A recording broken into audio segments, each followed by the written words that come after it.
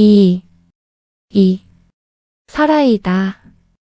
귀가 안 들려 말도 제대로 못하는 청소부였습니다.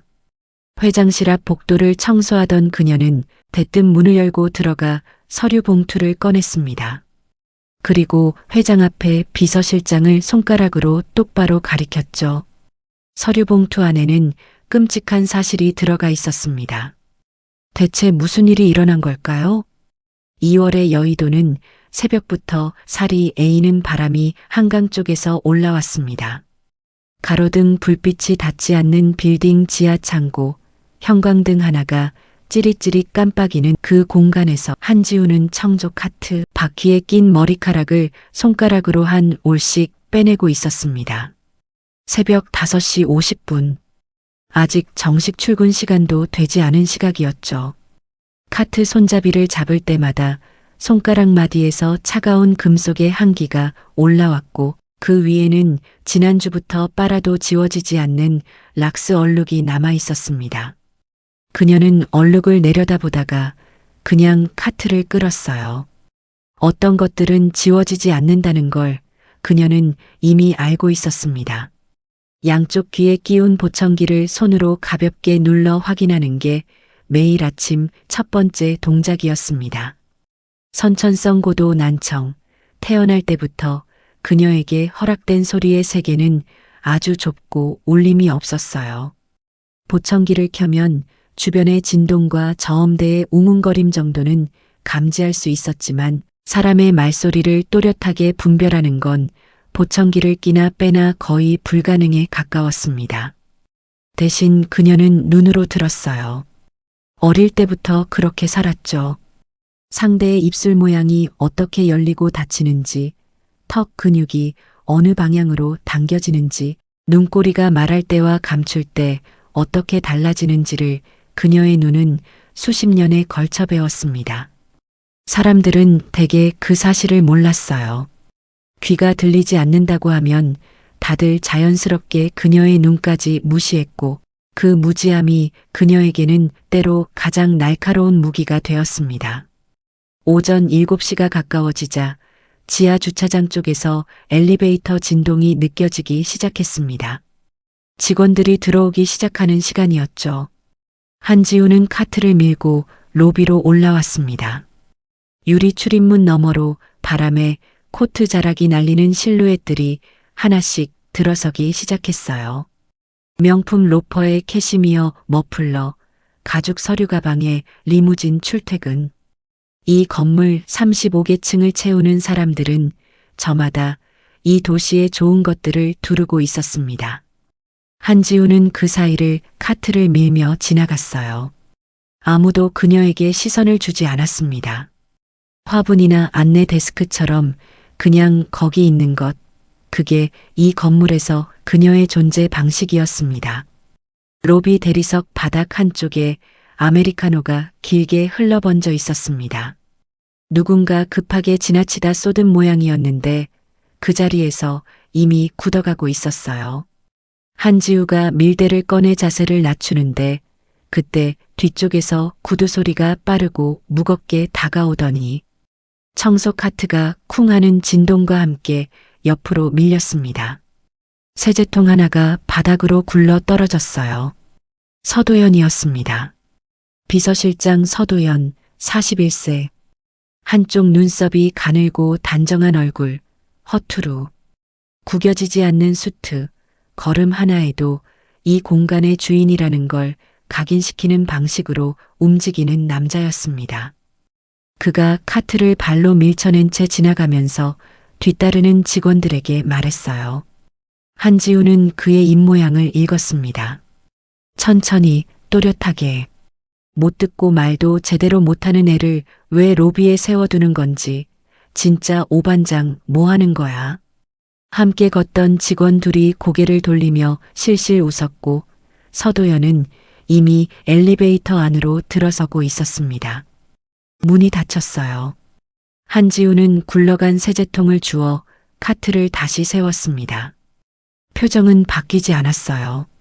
눈 하나 깜빡하지 않았다는 표현이 이때처럼 정확한 순간이 없었죠. 사람들은 그녀가 들을 수 없으니 상처도 받지 않는다고 생각하는 것 같았습니다. 소리를 모르면 말의 독도 모를 거라고 믿는 것처럼 굴었어요. 그러나 그녀는 그 문장을 고스란히 읽었고 그 문장이 뜻하는 바도 정확히 알았습니다. 다만 그것을 얼굴 위에 올려놓지 않는 법을 오래전에 익혔을 뿐이었어요. 초등학교 때 보청기를 처음 끼고 갔던 날, 쉬는 시간에 아이들이 귀를 가리키며 뭐라고 웃었을 때도 그녀는 그 얼굴을 했습니다. 속으로는 달랐지만요. 청소 동선은 매일 정해져 있었습니다. 로비와 지하 1층은 오전 7시부터 9시, 그 이후엔 층별로 올라가며 각 팀 사무실과 복도와 화장실을 순서대로 쓸고 닦는 방식이었어요. 혼자 하는 일이었습니다. 오반장은 9시 이후에야 현장을 돌았고 다른 용역 직원들은 담당 구역이 달랐죠. 그러니 한지우는 이 건물 안에서 대부분의 시간을 혼자 움직였어요. 누군가와 대화를 나눌 필요도 이유도 없었습니다. 그게 이 일이 그녀에게 맞았던 이유이기도 했어요. 말을 해야 할 상황이 거의 없다는 것. 혼자 움직이고, 혼자 보고, 혼자 생각한다는 것. 오전 9시가 지나 비서실이 있는 28층으로 올라갔을 때 복도 유리 파티션 너머로 서도연의 사무실이 보였습니다. 그는 창가를 등지고 전화를 받으며 걸어다니고 있었어요. 한지우는 밀대를 밀면서 자연스럽게 그의 입을 읽기 시작했습니다. 별 생각 없이 시작된 습관이었어요. 그런데 그 문장들이 들어오는 순간 손이 저절로 느려졌습니다. 이번 달 분산 처리 미루면 안 돼. 3차 계좌로 넘기기 전에 내부 정리 먼저 끝내고 감사팀 일정 다시 확인해서 그 전에 무조건 처리해. 회계를 아는 사람이라면 저 문장의 냄새를 맡을 수밖에 없었습니다. 분산 처리, 3차 계좌, 감사팀 일정 회피. 이건 일반 자금 운용 지시가 아니었어요. 그녀는 밀대를 계속 밀었습니다. 멈추지 않았어요. 아직 한 조각이었고 그녀는 섣불리 움직이는 사람이 아니었습니다. 재무팀 구역에 들어섰을 때 복도 끝에서 문이 열리며 윤채린이 나왔습니다. 재무팀 대리 32살. 언제나 단추를 끝까지 잠그고 팔에 파일을 몇 개씩 끼고 다니는 여자였어요. 이 건물에서 처음으로 한지우에게 먼저 메모를 건넨 사람이기도 했죠. 2달 전의 일이었습니다. 오늘 구내식당 된장찌개 맛있어요. 수고하세요. 그 메모 한 장이 이 건물에서 한지우가 받은 첫 번째 옹기였어요. 윤채리는 오늘도 지나치면서 카트 위에 뭔가를 살짝 올려놓고 갔습니다. 편의점 핫초코 하나였어요. 손으로 잡으면 뜨끈한 온도가 장갑 너머로도 느껴졌습니다. 한지우는 그걸 카트 한쪽에 놓고 계속 일했습니다. 따뜻한 게 식기 전에 마시고 싶었지만 아직 2개 층이 남아 있었으니까요. 그런데 그날 오후 28층 복도를 다시 지나가던 한지우는 걸음을 멈췄습니다. 재무팀 유리 파티션 안쪽에서 윤채린이 팀장과 마주 앉아 있었는데 팀장의 입모양이 심상치 않았어요. 한지우는 자연스럽게 청소를 이어가는 척하며 유리 너머를 읽었습니다. 팀장이 책상을 손바닥으로 한번 짚으며 말하고 있었어요. 이 자료 어디서 났어? 누구한테 전달했냐고. 윤채린의 얼굴이 굳어 있었습니다. 입을 열었다 닫았고 시선이 흔들렸어요. 팀장이 다시 말했습니다. 가볍게 볼 일이 아니야. 위에서 이미 알고 있어.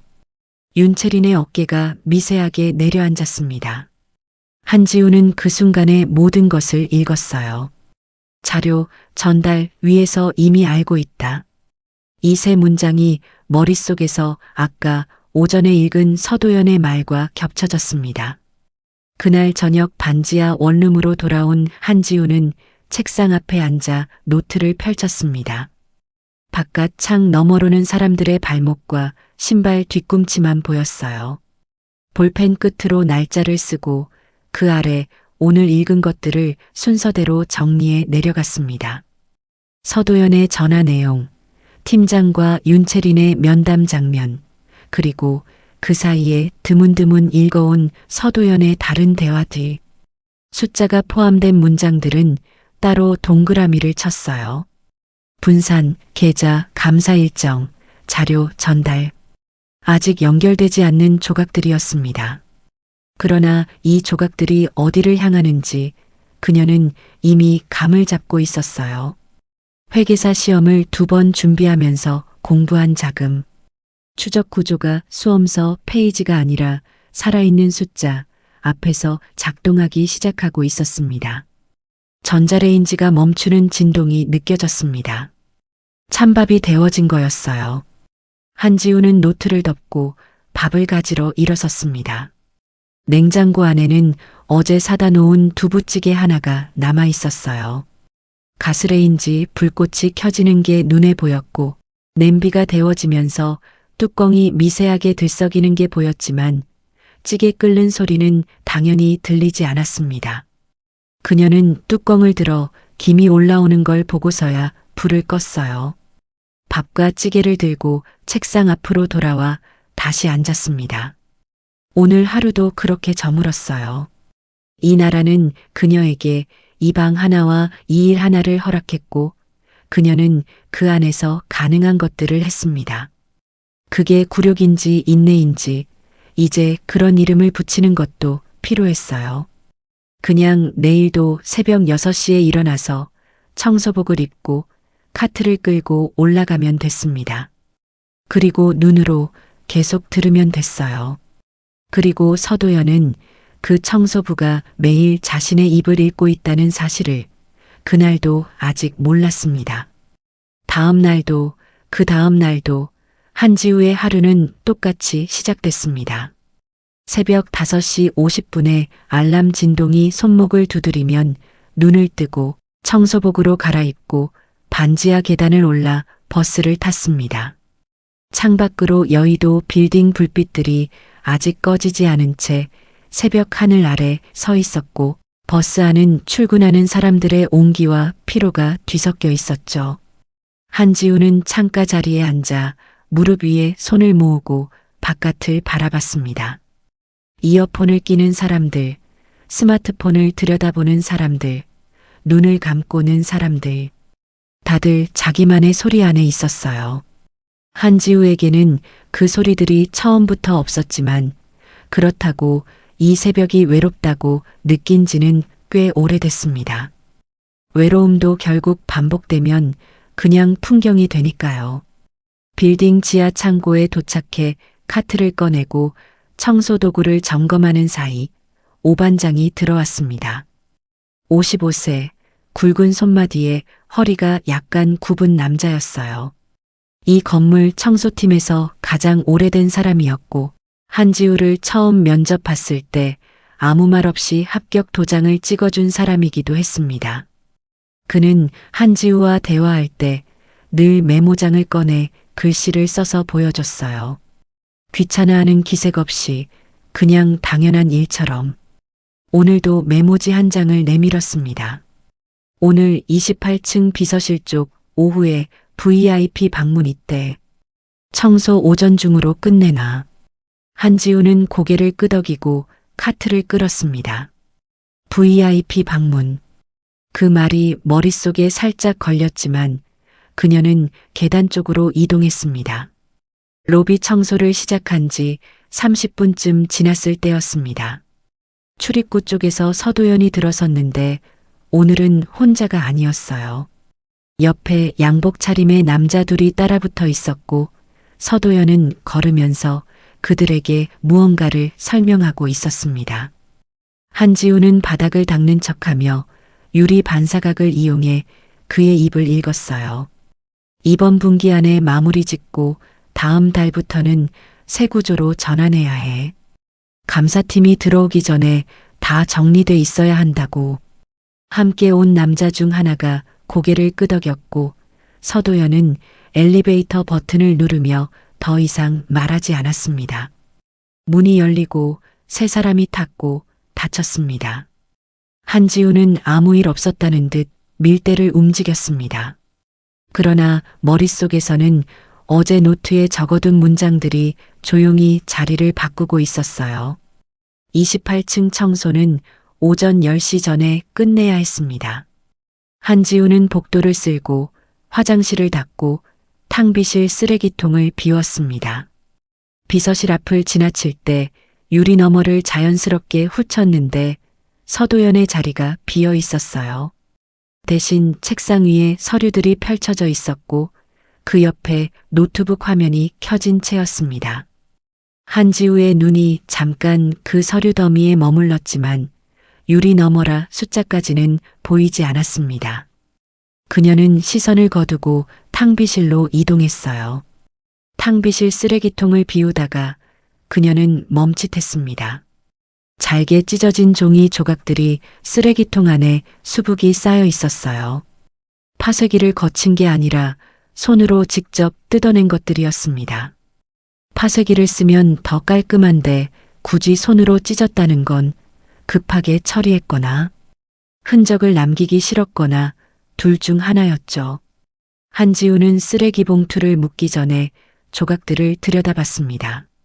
숫자 몇 개가 보였어요. 계좌번호처럼 보이는 16자리 숫자, 그 옆에 금액처럼 보이는 숫자열. 그녀는 잠깐 주변을 확인했습니다. 복도에 사람이 없었어요. 그녀는 조각 몇 개를 청소 앞치마 주머니 안쪽에 조심스럽게 넣었습니다. 손이 아주 조금 떨렸어요. 이걸 집어넣는 순간부터는 그냥 청소부가 아니라는 걸 그녀 스스로도 알고 있었습니다. 그날 오후 한지우가 아래층 복도를 정리하고 있을 때였습니다. 위에서 엘리베이터가 내려오는 진동이 느껴졌고 문이 열리며 윤채린이 나왔어요. 그런데 걸음이 평소와 달랐습니다. 어깨가 안으로 잔뜩 움츠러들어 있었고 파일을 끼고 있는 팔에 힘이 지나치게 들어가 있었어요. 눈이 충혈돼 있었고 코끝이 약간 빨개져 있었습니다. 한지우는 그 모습을 한번 보고 다시 바닥으로 시선을 내렸습니다. 누군가의 무너진 표정을 오래 쳐다보는 건 예의가 아니라는 걸 알고 있었으니까요. 그런데 윤채린이 지나치다 멈췄어요. 그리고 카트 위에 무언가를 내려놓고 빠르게 사라졌습니다. 메모지였습니다. 한지우가 펼쳤어요. 아저씨들이 자꾸 이상한 거 들이밀어요. 무서워요. 글씨가 눌려 있었습니다. 볼펜을 3개 쥐고 쓴 사람의 피랍이었어요. 한지우는 그 메모를 접어 주머니에 넣었습니다. 윤채린이 무슨 일을 겪고 있는지 그 윤곽은 이미 보이고 있었어요. 문제는 그게 얼마나 깊고 얼마나 조직적인가였습니다. 그녀는 청소를 마치고 창고로 내려가 카트를 정리하면서 오늘 수집한 것들을 머릿속으로 정렬했어요. 서도연의 입에서 나온 말들, 탕비실 쓰레기통에서 건진 종이 조각들, 윤채린의 메모, 3가지가 같은 방향을 가리키고 있었습니다. 아직 증거라고 부를 수 없었어요. 그러나 이게 증거가 될 수 있다는 확신은 지금 이 순간 그녀 안에서 조용히 굳어가고 있었습니다. 퇴근 후 원룸으로 돌아온 한지우는 가방을 내려놓기도 전에 책상 앞에 앉았습니다. 앞치마 주머니에서 종이 조각들을 꺼내 책상 위에 펼쳤어요. 찢어진 방향과 크기를 보며 맞춰나가기 시작했습니다. 퍼즐이었어요. 손가락이 조각들 사이를 오가며 맞춰나갔고 숫자들이 하나씩 이어지기 시작했습니다. 계좌번호 2개, 금액 3줄, 날짜처럼 보이는 숫자열 하나. 완전히 복원된 건 아니었지만 구조는 보였습니다. 한 계좌에서 다른 계좌로 그리고 또 다른 계좌로 흘러가는 자금의 흔적이었어요. 그녀는 노트를 펼쳐 그 구조를 그렸습니다. 화살표를 긋고 숫자를 옮겨 적고 날짜 추정치를 적었어요. 손이 빠르게 움직였습니다. 이 일을 하면서 이렇게 손이 빠르게 움직인 적이 처음이었어요. 자정이 넘어서야 볼펜을 내려놨습니다. 노트 2페이지가 빼곡하게 채워져 있었어요. 그녀는 잠깐 그 페이지를 들여다보다가 노트를 덮었습니다. 이걸 들고 어딘가로 달려간다고 해서 당장 뭔가 바뀌는 건 아니었어요. 증거가 되려면 조각이 아니라 흐름이 있어야 했고, 흐름이 보이려면 시간이 더 필요했습니다. 서두르면 깨진다는 걸 그녀는 알고 있었어요. 수능을 준비하던 시절, 아무리 급해도 문제를 끝까지 읽고 나서 풀었던 것처럼 지금도 마찬가지였습니다. 한 가지 더 마음에 걸리는 게 있었습니다. 윤채린이었어요. 그 메모 한 장, 무서워요라는 세 글자. 짧은 문장이었지만 그 안에 담긴 무게가 가벼운 게 아니었습니다. 이 회사에서 재무 자료를 들여다볼 수 있는 위치에 있고 뭔가를 알아챘고 그리고 지금 압박을 받고 있다는 것. 그녀가 제보를 시도했다가 오히려 역공을 맞고 있다는 것. 그 흐름이 너무 또렷하게 보였습니다. 문제는 윤채린이 버텨줄 수 있느냐였어요. 무서움을 느끼기 시작한 사람은 오래 버티지 못하는 법이었습니다. 밀리면 자료를 넘기거나 서명을 하거나 결국 짐을 싸는 수순으로 가게 되죠. 그렇게 되면 지금 한지우가 모으고 있는 조각들은 의미를 잃을 수도 있었어요. 살아있는 내부 증인 없이 파쇄 서류 조각 몇 개만으로는 아무것도 할 수 없었으니까요. 한지우는 다시 노트를 펼쳤습니다. 윤채린의 이름 옆에 별표를 하나 쳤어요. 그리고 그 아래 짧게 적었습니다. 시간이 없을 수도 있다. 볼펜을 내려놓고 불을 껐습니다. 천장이 어두웠고 소리는 없었고 창밖으로 가로등 불빛만 흐릿하게 번졌어요. 그녀는 눈을 감았습니다. 내일 탕비실 쓰레기통을 더 꼼꼼히 뒤져야 했고 서도연의 동선을 더 정확하게 파악해야 했고 윤채린이 아직 버티고 있는지 확인해야 했습니다. 할 일이 많았어요. 그러나 그것들은 내일의 일이었고 지금 이 순간 그녀에게 필요한 건 잠이었습니다. 청소복은 내일 새벽에도 입어야 하고 카트는 새벽 6시에도 끌어야 하니까요. 그리고 서도연은 자신이 매일 버리는 쓰레기통 안에서 무언가가 조용히 쌓이고 있다는 사실을 그날 밤도 전혀 알지 못했습니다. 사흘이 지났습니다. 한지우의 노트는 어느새 3페이지를 넘어가고 있었어요. 매일 조금씩 조각들이 쌓였습니다. 서도연이 전화를 받으며 흘린 말들, 탕비실과 복도 쓰레기통에서 건진 종이 조각들, 그리고 유리 파티션 너머로 읽어낸 회의 장면들. 완성된 그림은 아직 아니었지만 윤곽은 점점 선명해지고 있었습니다. 숫자들이 일정한 방향으로 흘렀고 그 흐름의 끝에는 언제나 서도연이 있었어요. 밤마다 볼펜으로 노트를 채우고 새벽이 되면 다시 청소복을 입었습니다. 이 두 가지 사이의 간격이 좁아지는 느낌이었어요. 낮에는 청소부였고 밤에는 숫자를 쫓는 사람이었습니다. 그 두 가지가 이제는 같은 일처럼 느껴지기 시작했죠. 이 사흘 동안 한 가지 더 확인된 게 있었습니다. 서도연이 한지우를 완전히 무시한다는 것이었어요. 그냥 존재를 가볍게 여기는 수준이 아니었습니다. 그는 한지우 앞에서 전화를 받고 한지우 앞에서 직원들에게 지시를 내리고 한지우 앞에서 외부 인물과 대화했습니다. 청소부는 들을 수 없다고 생각했고 설령 들었다 해도 알아들을 수 없다고 생각했을 거예요. 그 자만이 지금 그의 가장 큰 구멍이었습니다. 그리고 한지우는 매일 그 구멍으로 들어갔습니다. 그날 아침은 유독 사람이 많았습니다.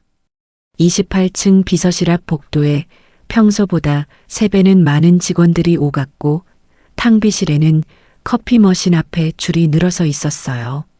한지우는 카트를 벽 쪽으로 바짝 붙이고 움직였습니다. 사람이 많을수록 카트가 방해가 됐고 방해가 된다는 걸 느끼는 순간 어김없이 누군가가 한마디를 했으니까요. 오늘도 비서실 막내 직원 하나가 지나치면서 카트를 손으로 밀어냈습니다. 눈도 마주치지 않은 채로 그냥 짐짝 치우듯이 한지우는 카트를 다시 세우고 계속 걸었습니다. 이런 일에 에너지를 쓰기엔 오늘 해야 할 일이 너무 많았어요. 오전 10시쯤 재무팀 쪽에서 인기척이 났습니다. 윤채린이 팀장실에서 나오고 있었는데 표정이 어제보다 더 굳어 있었어요. 얼굴이 창백했고 입술을 안으로 꽉 깨문 채였습니다. 그녀는 자기 자리로 돌아가 컴퓨터 화면을 켰지만 손가락이 키보드 위에서 한동안 멈춰 있었습니다. 한지우는 복도를 쓸면서 그 모습을 흘겨봤습니다. 저 사람이 지금 어디까지 몰렸는지 어느 정도는 알 것 같았어요. 그러나 지금 당장 할 수 있는 건 없었습니다. 아직 손에 쥔 게 부족했으니까요. 그런데 오전 11시 한지우가 탕비실 청소를 막 끝내고 나오려는 순간이었습니다. 복도 끝 비서실 유리문이 열리며 서도연이 나왔고 그 뒤로 낯선 남자 둘이 따라 나왔습니다. 처음 보는 얼굴들이었어요. 정장을 입었지만 이 건물 직원들과는 분위기가 달랐습니다. 명함을 주고받지 않았고 목소리를 낮추고 있었고 서도연이 그들과 나란히 서서 뭔가를 설명하는 방식이 평소 직원들을 대할 때와 완전히 달랐어요. 한지우는 탕비실 문에 기댄 채 카트를 정리하는 척하며 그 장면을 읽기 시작했습니다. 서도연의 입이 움직였어요. 다음 달 초에 구조 전환 완료되면 그쪽으로 바로 이동시킬 수 있어. 지금은 내부 정리 중이니까 조금만 기다려. 낯선 남자 중 하나가 뭔가를 말했는데 각도 때문에 읽히지 않았습니다. 서도연이 다시 답했어요. 걱정 마. 감사 일정은 내가 조율해놨어. 그 전에 다 끝난다. 두 남자가 고개를 끄덕였고 서도연이 엘리베이터 버튼을 눌러줬습니다. 그들이 타고 문이 닫힌 뒤 서도연은 넥타이를 한번 매만지고 비서실 안으로 들어갔어요. 한지우는 그 자리에서 잠깐 굳었습니다. 감사 일정을 조율해놨다는 말. 그게 무슨 의미인지 그녀는 정확히 알고 있었어요. 감사팀이 들어오기 전에 장부를 정리하는 것, 그리고 외부 인물과 접선의 자금 이동 타이밍을 맞추는 것. 이건 단순한 내부 자금 운용이 아니었습니다. 외부와 연결된 구조였어요. 그 순간 노트에 쌓인 조각들이 머릿속에서 한꺼번에 맞물렸습니다. 흩어진 점들이 선이 되는 순간이었어요. 그녀는 심호흡을 한번 하고 카트를 끌었습니다. 얼굴에는 아무것도 드러내지 않았습니다. 오후가 됐을 때 한지우는 아래층 화장실 청소를 하고 있었습니다. 타일 줄눈을 솔로 문지르는 단순한 작업이었어요. 그 작업을 하면서 그녀는 머릿속으로 지금까지 모은 것들을 다시 정리했습니다. 서도연이 흘린 말들, 파쇄 서류 조각에서 복원한 계좌 구조, 외부 인물과의 접선 장면. 이 세 가지가 하나의 흐름을 이루고 있었어요. 문제는 증거 능력이었습니다. 파쇄된 서류 조각은 그 자체로는 아무 힘이 없었고 독순으로 읽어낸 대화는 법적으로 아무 의미가 없었습니다. 그녀가 가진 건 전부 정황이었어요. 정황을 증거로 만들려면 내부 자료가 필요했습니다. 계좌 흐름을 직접 보여주는 장부 혹은 그것을 목격한 사람의 진술. 그 두 가지 중 하나가 없으면 아무리 완벽한 그림을 그려도 소용이 없었어요. 그리고 그 두 가지 중 하나를 가지고 있을 가능성이 있는 사람은 지금 이 건물 안에 한 명밖에 없었습니다. 윤채린이었습니다. 문제는 어떻게 접근하느냐였어요. 한지우는 말이 불편했습니다. 정확히는 말을 하면 상대가 불편해했습니다. 발음이 고르지 않았고 말이 느렸고 그걸 기다려주는 사람이 많지 않았어요. 그러니 그녀는 늘 메모로 대화했습니다. 그런데 지금 윤채린에게 건넬 메모는 단순한 메모가 아니었습니다.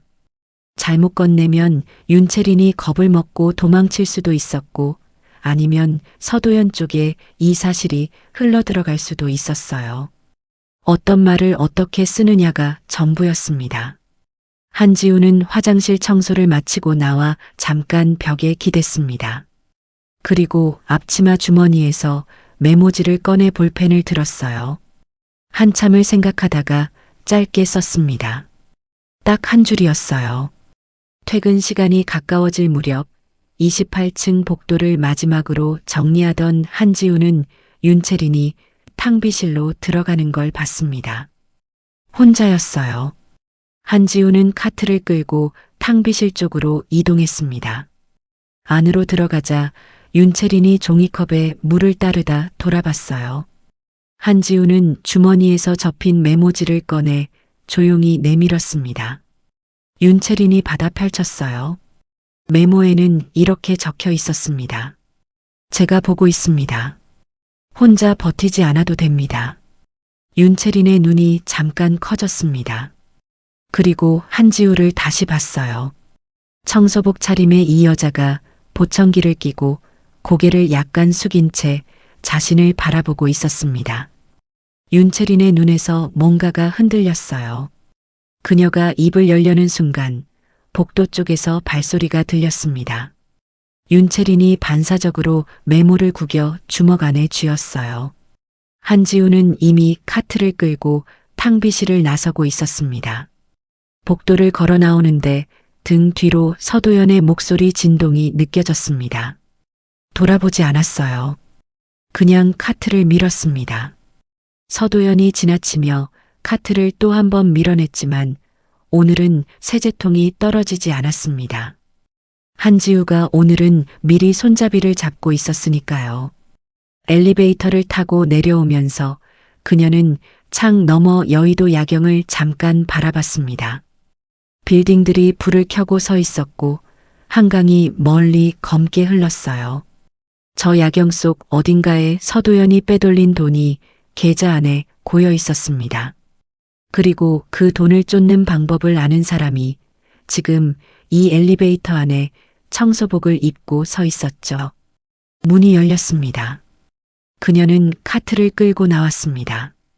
그리고 내일 윤채린이 그 메모를 어떻게 받아들였는지를 확인해야 했습니다. 그게 이 모든 것의 첫 번째 분기점이었으니까요. 다음 날 아침 한지우는 평소보다 10분 일찍 28층에 올라갔습니다.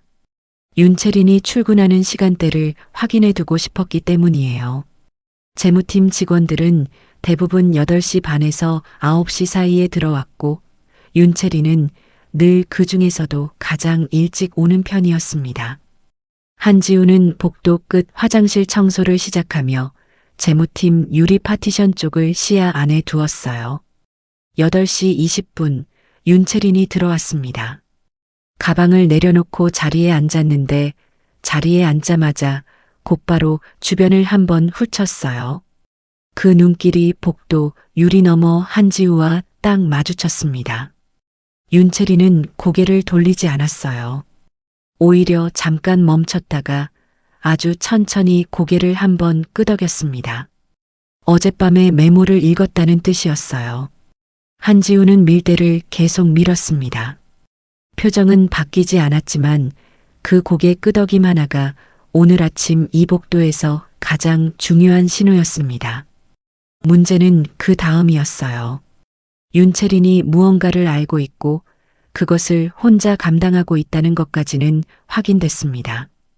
그러나 그녀가 실제로 자료를 가지고 있는지, 있다면 어디에 보관하고 있는지, 그리고 지금 어느 정도까지 압박을 받고 있는지는 아직 몰랐어요.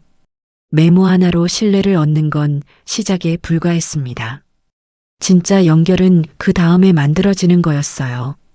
한지우는 오전 청소를 마치고 지하 창고로 내려와 카트를 정리하면서 오늘 할 수 있는 것들을 순서대로 정리했습니다. 서두르면 윤채린이 겁을 먹을 수 있었고 너무 느리면 서도연이 먼저 움직일 수 있었어요. 속도와 신중함 사이 어딘가를 정확히 걸어야 하는 상황이었습니다. 오전이 지나고 점심 무렵 뜻밖의 일이 생겼습니다. 오 반장이 창고로 내려와 메모지를 내밀었어요. 오늘 오후 비서실장 지시로 28층 탕비실 개보수 들어간대. 오후 청소 일정 조정해. 내가 담당하는 탕비실은 오늘 건너뛰어도 돼. 한지우는 메모를 읽고 잠깐 생각했습니다. 탕비실 개보수? 타이밍이 묘했어요. 서도연이 탕비실 공사를 지시한 건 어제가 처음이었고 한지우가 그 탕비실 쓰레기통에서 파쇄 서류 조각들을 꺼낸 것도 어제였습니다. 우연일 수도 있었어요. 그러나 우연이라고 넘기기에는 타이밍이 너무 딱 맞았습니다. 그녀는 오 반장에게 고개를 끄덕이고 오후 일정을 조정했습니다. 그리고 개보수가 시작되기 전에 한 번 더 탕비실을 들여다봐야겠다는 생각을 굳혔어요. 오후 1시 탕비실 앞 복도를 지나치는 척하며 문을 열었습니다. 안에 아직 공사인부가 들어오지 않은 상태였어요. 한지우는 쓰레기통을 열었습니다. 어제 비운 이후로 새로 쌓인 것들이 있었는데 그 안에 또 손으로 찢은 종이 조각들이 들어 있었습니다. 이번에는 양이 더 많았어요. 한지우는 주머니에서 비닐봉지를 꺼내 조각들을 담았습니다. 손이 빠르게 움직였어요. 공사인부가 들어오기 전에 나와야 했습니다. 봉지를 청소 앞치마 안쪽 깊숙이 넣고 쓰레기통을 다시 닫고 자연스럽게 복도로 나왔습니다. 아무도 보지 않았어요. 이 건물에서 청소부는 언제나 투명했고 오늘은 그 투명함이 또 한 번 쓸모가 됐습니다. 오후 3시 비서실 쪽에서 인기척이 급해졌습니다. 서도연이 빠른 걸음으로 복도를 지나치더니 재무팀 쪽 문을 열고 들어갔어요. 한지우는 반대편 복도에서 밀대를 밀며 유리 너머를 읽었습니다. 서도연이 윤채린의 자리 앞에 서 있었어요. 윤채린은 자리에서 일어나지 않았습니다. 서도연이 책상 위 서류를 가리키며 뭔가를 말했는데 표정이 차갑고 낮았어요. 윤채린의 얼굴이 굳었고 손이 무릎 위로 내려갔습니다. 서도연의 입모양이 읽혔어요. 이 자료 어디서 뽑은 거야? 외부 반출 내역 확인했어. 해명해. 윤채린이 뭔가를 말했는데 각도가 틀려 읽히지 않았습니다. 서도연이 다시 말했어요. 내일 오전까지 소명서 써. 못 쓰면 그 다음 수수는 내가 알아서 생각해. 그가 서류를 집어들고 나왔습니다. 복도를 지나치면서 한지우 곁을 스쳤는데 시선조차 주지 않았어요. 한지우는 밀대를 계속 밀었습니다. 그러나 속에서는 무언가가 빠르게 계산되고 있었습니다. 내일 오전까지 소명서. 그 말은 곧 윤채린에게 남은 시간이 하룻밤이라는 뜻이었어요. 한지우는 청소를 마무리하고 엘리베이터를 기다리면서 머릿속을 정리했습니다. 서도연이 윤채린을 몰아붙이는 속도가 예상보다 빨랐어요. 소명서를 쓰게 하는 건 해고의 전 단계였고 그 소명서가 오히려 윤채린을 올가매는 근거가 될 수 있었습니다. 이 구조는 그녀도 알고 있었어요. 회계감사 공부를 하면서 비슷한 사례를 여러 번 봤으니까요. 내부 고발자를 역으로 배임으로 묶는 방식, 그건 이 업계에서 꽤 고전적인 수법이었습니다.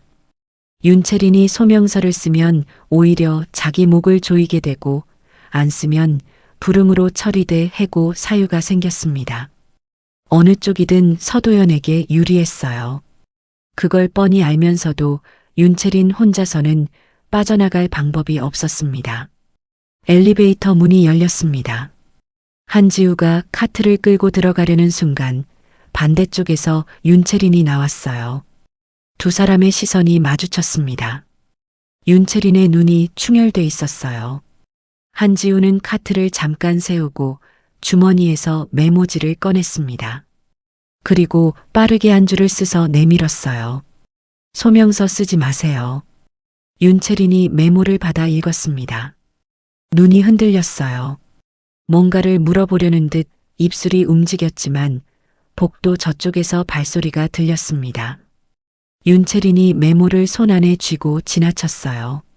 한지우는 엘리베이터에 탔습니다. 문이 닫혔어요. 내려오는 내내 한지우는 천장을 봤습니다. 소명서를 쓰지 말라고 했지만 그것만으로는 부족했어요. 윤채린이 버텨줘야 했고 버티려면 믿을 수 있는 무언가가 있어야 했습니다. 지금 한지우가 쥐고 있는 파쇄 서류 조각들과 노트 2페이지로는 아직 부족했어요. 오늘 밤 봉지 안에 담아온 조각들을 복원하면 좀 더 나아질 수도 있었지만 결정적인 숫자가 없으면 그것도 정황에 불과했습니다. 내부 장부가 필요했어요. 서도연이 조작한 흔적이 담긴 원본 데이터. 그건 재무팀 시스템 안에 있었고 그 시스템에 접근할 수 있는 사람은 재무팀 직원이었습니다. 그리고 재무팀 직원 중에서 지금 그 데이터의 의미를 알고 있는 사람은 윤채린 뿐이었어요. 지하에서 카트를 정리하고 나오는데 오 반장이 기다리고 있었습니다. 메모를 내밀었어요. 수고했어. 내일 일정 변경 있으면 아침에 알려줄게. 한지우는 고개를 끄덕이고 창고 문을 나왔습니다. 빌딩 밖으로 나오자 2월의 찬 바람이 한 번에 치고 들어왔어요. 코트 단추를 잠그면서 버스 정류장 쪽으로 걸었습니다. 길 건너 편의점 유리창에 야경이 반사돼 보였고 퇴근하는 직장인들이 무리지어 지나갔습니다. 저 사람들 중 얼마나 많은 사람이 이 도시 어딘가에서 혼자 버티고 있을까 그런 생각이 잠깐 스쳤어요. 버스가 왔습니다. 한지우는 올라탔습니다. 집에 돌아와 봉지 안에 조각들을 쏟아냈습니다. 어제보다 훨씬 많은 양이었어요. 책상 위에 펼쳐놓고 맞추기 시작했는데 이번 조각들은 숫자만이 아니었습니다. 회사 이름처럼 보이는 글자 조각들, 날짜 조각들, 그리고 서명처럼 보이는 필체 조각도 있었어요.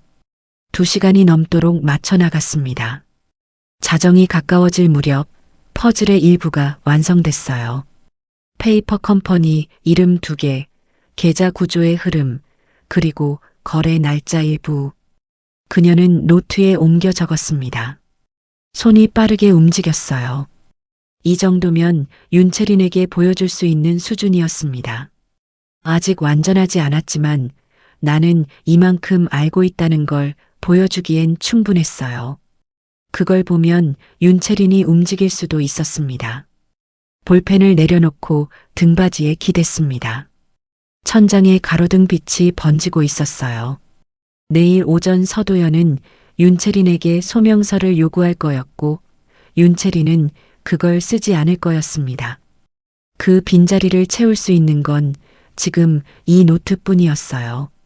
그리고 그 노트를 들고 어디로 가야 하는지, 언제 가야 하는지, 누구 앞에서 꺼내야 하는지를 한지우는 아직 결정하지 못했습니다. 한 가지만은 분명했어요. 서도연이 소명서를 손에 쥐기 전에 움직여야 한다는 것. 그 시간이 이제 하룻밤밖에 남지 않았다는 것. 그리고 그 하룻밤 동안 서도연은 자신의 가장 가까운 자리에서 청소부 하나가 자신의 모든 걸 꿰고 있다는 사실을 여전히 전혀 알지 못하고 있었습니다. 그날 밤은 짧았습니다. 한지우는 새벽 2시까지 노트를 들여다보다가 눈을 감았고 4시 반에 다시 눈을 떴습니다. 잠이 깬 게 아니라 머릿속이 먼저 깨어난 거였어요. 오늘 어떻게 움직여야 하는지를 자는 동안에도 계속 계산하고 있었던 것 같았습니다. 그녀는 이불을 걷고 일어나 세수를 했습니다. 거울 속에 청소복 차림의 자신이 보였어요. 보청기를 끼고 머리를 단정하게 묶었습니다. 오늘은 평소와 다른 날이 될 거라는 걸 알고 있었어요. 그러나 그걸 얼굴에 드러낼 이유는 없었습니다. 언제나처럼 아무것도 모르는 사람의 얼굴로 그 건물에 들어가야 했으니까요. 빌딩에 도착했을 때는 아직 어스름했습니다. 지하 창고에서 카트를 꺼내는데 오 반장이 일찍 나와 있었어요.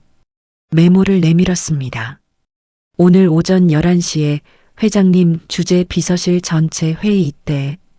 28층 오전 청소 10시까지 끝내놔.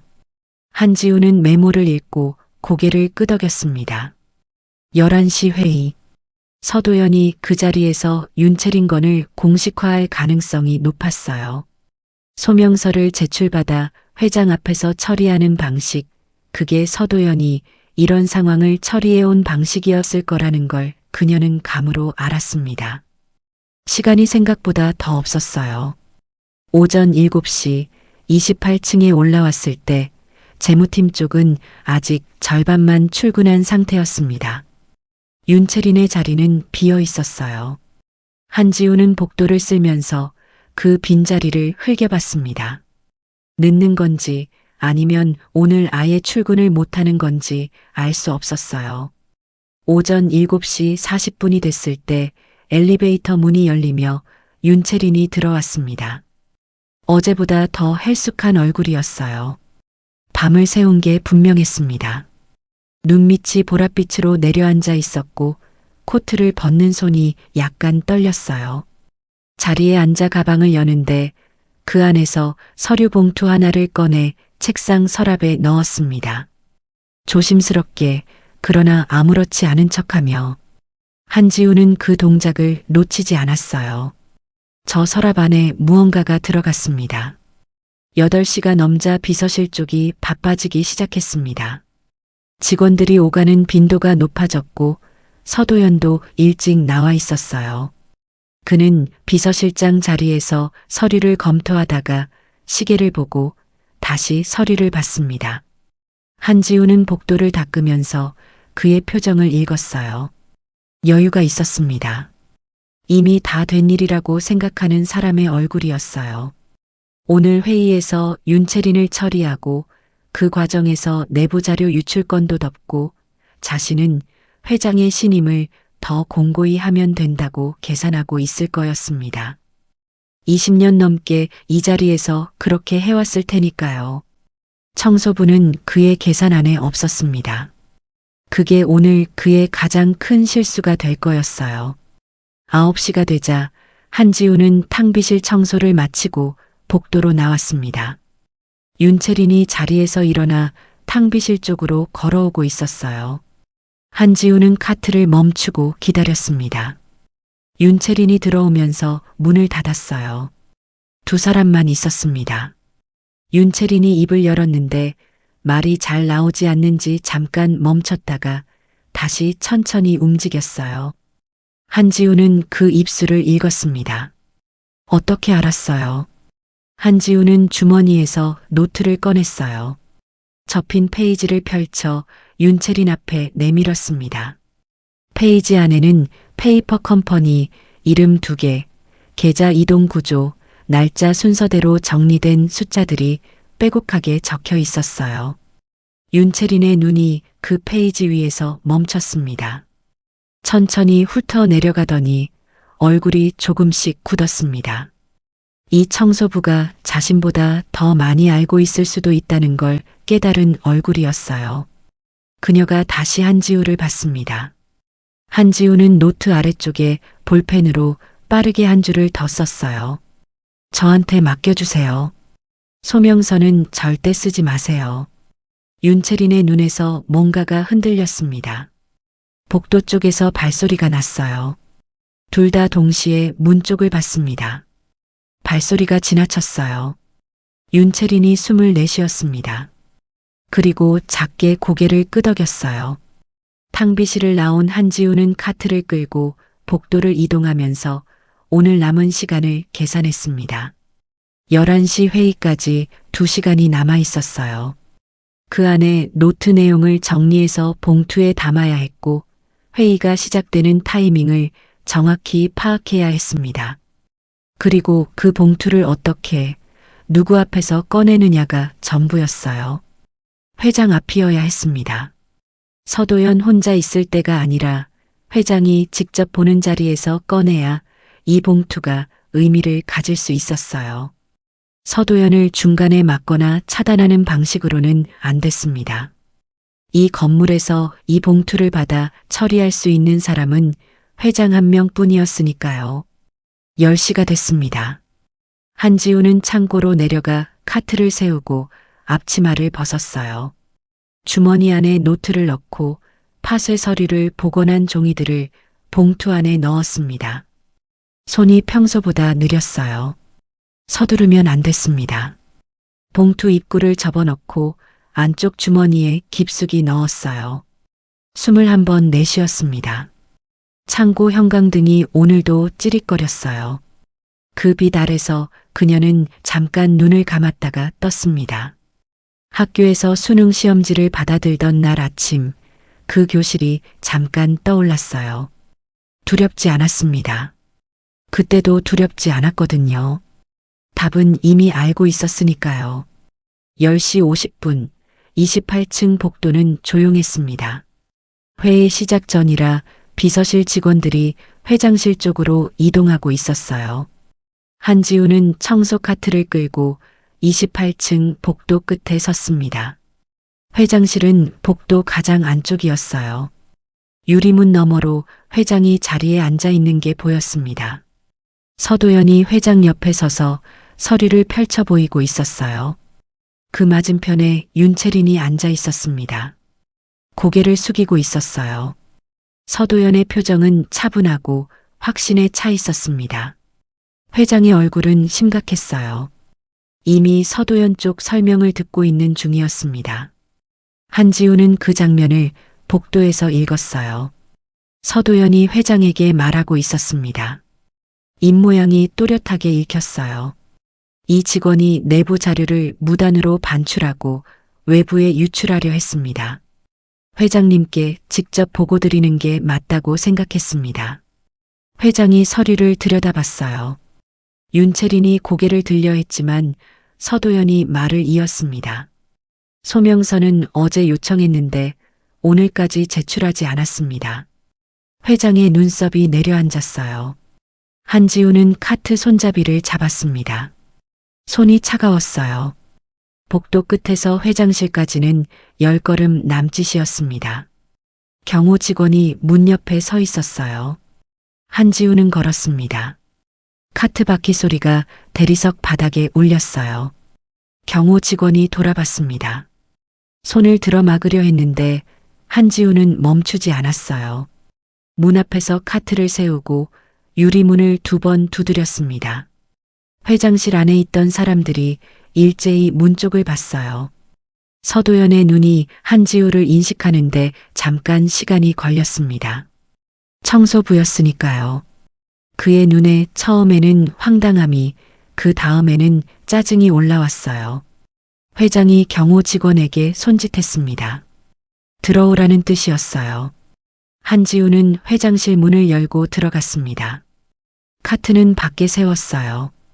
두꺼운 카펫이 발 아래 깔렸고 천장이 높았으며 창밖으로 한강이 보였습니다. 회장이 그녀를 봤어요. 서도연이 낮게 무언가를 말했는데 회장은 손을 들어 그를 막았습니다.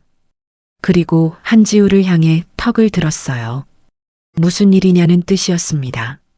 한지우는 안쪽 주머니에서 봉투를 꺼냈습니다. 양손으로 들고 회장 책상 앞으로 걸어갔어요. 봉투를 책상 위에 내려놓았습니다. 그리고 몸을 돌려 서도연을 향해 손가락을 들었어요. 또렷하게 흔들림 없이, 발음이 고르지 않았지만 천천히 최대한 또렷하게 말했습니다. 저 사람입니다. 회장실이 조용해졌습니다. 서도연의 얼굴에서 처음으로 여유가 사라졌어요. 윤채린이 고개를 들었습니다. 회장의 손이 봉투 위에 얹혔어요.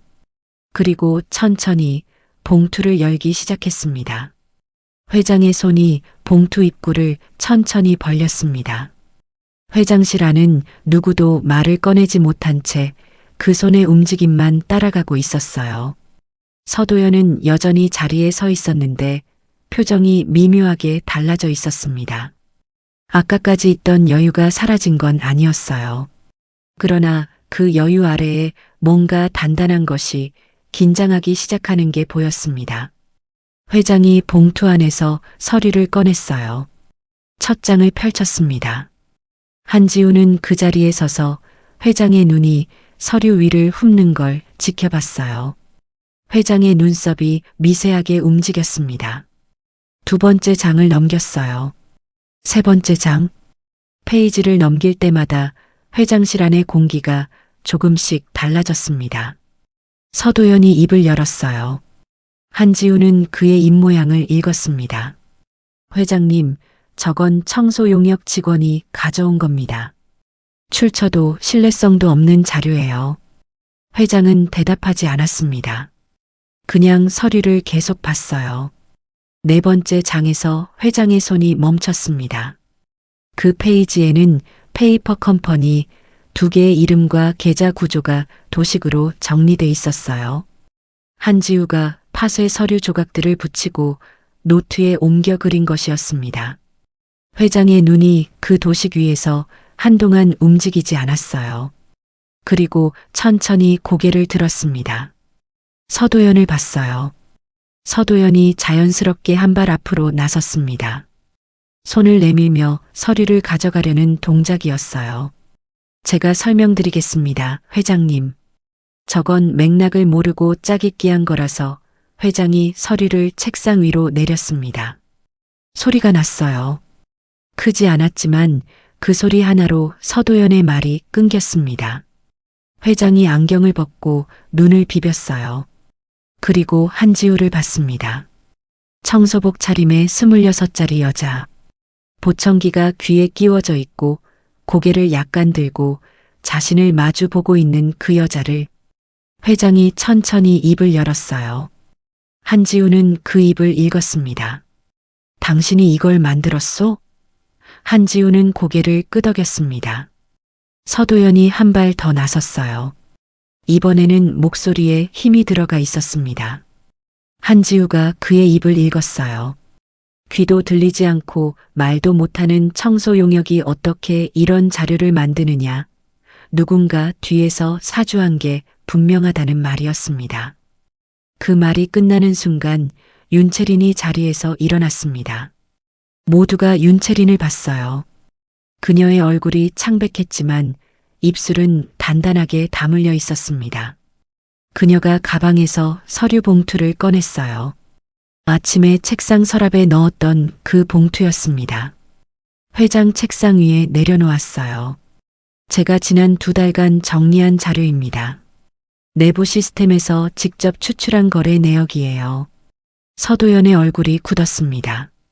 처음으로 그의 얼굴에서 여유가 완전히 걷혔어요. 회장이 두 번째 봉투를 열었습니다. 이 회장실에서 가장 긴 10분이 흘렀습니다. 회장은 두 봉투의 내용을 번갈아가며 들여다봤어요. 한지우의 노트 내용과 윤채린의 내부 자료가 같은 곳을 가리키고 있었습니다. 같은 페이퍼 컴퍼니, 같은 계좌 흐름, 겹치는 날짜들. 하나는 외부에서 독순과 파쇄 서류로 추적한 것이었고, 하나는 내부 시스템에서 직접 뽑아낸 것이었습니다. 두 개가 맞물리는 순간, 이건 정황이 아니었어요. 회장의 손이 서류 위에서 멈췄습니다. 그리고 아주 천천히 깊게 숨을 들이마셨어요. 20년이었습니다. 20년을 옆에 두고 아들처럼 키웠던 남자가 그 20년 중 7년을 자신의 회사를 갉아먹고 있었다는 걸 지금 이 순간 회장은 마주하고 있었습니다. 사람이 무너질 때 소리가 나는 게 아니라는 걸 회장의 얼굴이 보여주고 있었어요. 서도연이 입을 열었습니다. 한지우는 그의 입을 끝까지 읽었어요. 조작된 자료라는 것, 20년을 회사를 위해 바쳤는데 청소부 하나가 가져온 종이 조각을 믿느냐는 말이었습니다. 회장이 천천히 서도연을 봤습니다. 한참 동안 말이 없었어요. 그 침묵이 길었습니다. 회장실 밖 복도에 있던 경호 직원까지 긴장한 게 느껴질 정도로 공기가 무거웠어요. 그러다 회장이 입을 열었습니다. 한지우는 그 입을 읽었어요. 딱 4글자였습니다. 나가 있어. 서도연의 얼굴이 굳었습니다. 그는 잠깐 그 자리에 서 있었어요. 20년 동안 이 사람 앞에서 한 번도 받아본 적 없는 말이었을 겁니다. 그리고 천천히 한 발씩 뒤로 물러섰어요. 문이 닫혔습니다. 회장실에 회장과 한지우와 윤채린, 3사람만 남았습니다. 회장이 서류를 다시 들었어요. 이번엔 천천히 처음부터 다시 읽기 시작했습니다. 한지우는 그 자리에 서 있었어요. 앉으라는 말도 없었고 나가라는 말도 없었습니다. 그냥 서 있었어요. 발 아래 두꺼운 카펫이 깔려 있었고 창밖으로 한강이 보였습니다. 이 창문 너머 풍경을 이런 자리에서 보게 될 줄은 몰랐어요. 반지하 창문 너머로 사람들 발목만 보이던 그녀가 지금 35층에서 한강을 내려다보고 있었습니다. 그 간극이 이상하게 느껴졌어요. 그렇다고 벅차거나 하지는 않았습니다. 아직 끝나지 않았으니까요. 회장이 서류를 내려놓고 한지우를 봤습니다. 어떻게 이걸 만들었소? 한지우는 잠깐 생각했습니다. 말로 설명하는 건 느리고 불편했어요. 그러나 지금은 해야 했습니다. 그녀는 천천히 또렷하게 말했어요. 발음이 고르지 않았지만 멈추지 않았습니다. 쓰레기통에서 찾았습니다. 그리고 봤습니다. 회장이 잠깐 멈췄어요. 어떻게 봤냐는 눈빛이었습니다. 한지우는 귀를 가리켰습니다. 보청기를 가리킨 거였어요. 그리고 회장의 입을 가리켰습니다. 자신의 입이 아니라 상대의 입을. 회장이 그 의미를 이해하는데 몇 초가 걸렸어요. 그리고 표정이 바뀌었습니다. 황당함도 아니었고 놀라움도 아니었어요. 뭔가 더 복잡한 감정이었습니다. 윤채린이 옆에서 조용히 독순이라고, 입모양을 읽는 거라고, 서도연 실장의 대화를 전부 읽고 있었던 거라고 설명했어요. 회장이 오래 침묵했습니다.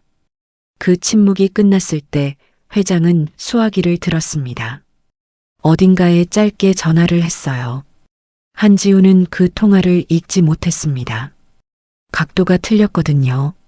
통화가 끝나고 회장이 서류를 다시 정리했어요. 그리고 한지우를 봤습니다. 앉으시오. 처음으로 그런 말을 들었습니다. 이 건물에서 이 사람에게. 한지우는 자리에 앉았어요. 등이 곧았습니다. 회장이 다시 입을 열었어요. 이 회사에 지원한 적 있느냐는 질문이었습니다. 한지우의 손가락이 무릎 위에서 잠깐 멈췄습니다. 예상하지 못한 질문이었어요. 그녀는 천천히 고개를 끄덕였습니다. 2년 전이었다고 말했어요. 회장이 잠시 생각하더니 윤채린에게 인사팀 연락해서 2년 전 최종 면접 탈락자 명단을 가져오라고 했습니다. 윤채린이 고개를 끄덕이고 전화를 들었습니다. 한지우는 그 장면을 지켜봤어요. 이게 어디로 가는지 이미 알고 있었습니다. 30분 후 인사팀 직원이 서류를 가지고 왔습니다. 회장이 그 서류를 들여다봤어요. 2년 전 최종 면접 탈락자 명단. 회장의 손가락이 한 줄에서 멈췄습니다. 한지우. 전공 수학 회계사 1차 합격, 금융감독원 필기 합격. 탈락 사유란에는 짧게 적혀 있었어요. 의사소통 적합성 미달. 면접 평가자 비서실장 서도연. 회장의 얼굴에서 표정이 사라졌습니다. 그건 분노도 아니었고 슬픔도 아니었어요. 오래된 사람이 오래 쌓아온 것들이 한꺼번에 무너질 때 나오는 그 고요한 표정이었습니다. 회장이 그 서류를 내려놓고 한지우를 봤어요. 한참 동안 아무 말도 없었습니다. 그러다 천천히 입을 열었어요. 미안하오. 한지우는 그 2글자를 읽었습니다. 대답하지 않았어요. 할 말이 없어서가 아니었습니다. 이 말을 받아주는 게 지금 자신이 해야 할 일인지 그게 먼저 정리가 되지 않았으니까요. 창밖으로 한강이 흘렀습니다. 조용하고 넓게. 복도에서는 이미 움직임이 시작됐습니다. 회장이 수화기를 들었을 때 연락이 간 곳이 어딘지 지금쯤 드러나고 있었어요. 서도연은 자신의 자리로 돌아가지 않았습니다. 비서실 직원들이 술렁이고 있었어요. 한지우는 회장실 유리 너머 복도를 봤습니다. 서도연이 복도 끝에 서서 전화를 받고 있었어요. 이번엔 표정이 달랐습니다. 여유도 확신도 없었어요. 전화를 끊고 잠깐 그 자리에 서 있었습니다. 그러다 천천히 주머니에서 손을 빼고 비서실 쪽으로 걸어갔어요. 한지우는 그 뒷모습을 봤습니다.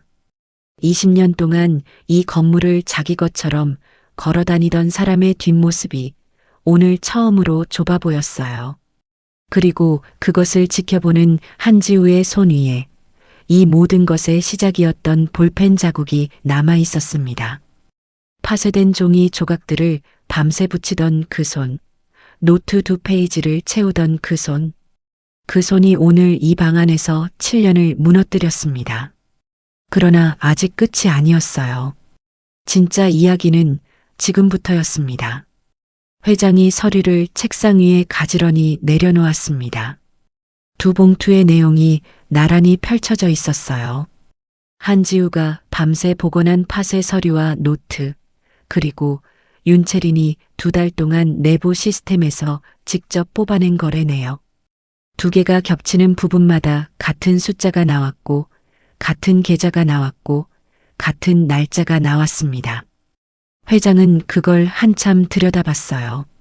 아무 말도 없었습니다. 윤채린이 조심스럽게 자리에 앉았고 한지우도 여전히 앉아 있었어요. 이 방 안에 세 사람이 있었지만 그 침묵은 무거웠습니다. 20년이라는 시간이 그 침묵 안에 들어 있었으니까요. 회장이 수화기를 다시 들었습니다. 이번엔 두 군데에 전화를 했어요. 한지우는 각도 때문에 입을 읽지 못했지만 통화가 끝난 뒤 회장의 표정이 달라진 건 알아챘습니다. 결정을 내린 사람의 얼굴이었어요.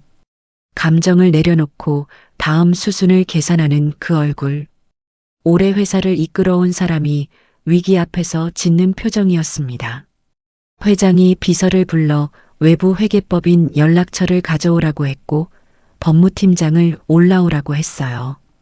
그 지시가 떨어지는 걸 보면서 한지우는 자신이 가져온 봉투가 이제 다른 손으로 넘어갔다는 걸 알았습니다. 여기서부터는 더 큰 사람들의 일이었어요. 그녀의 역할은 이미 끝났을 수도 있었습니다. 그런데 회장이 일어서지 않았어요. 법무팀장을 기다리면서 회장이 다시 한지우를 봤습니다. 잠시 뭔가를 생각하는 것 같더니 천천히 입을 열었어요. 한지우가 읽었습니다. 이 회사에 왜 청소부로 들어왔소? 한지우는 대답하기 전에 잠깐 시간이 걸렸어요. 이 질문에 어디까지 말해야 하는지를 생각했습니다.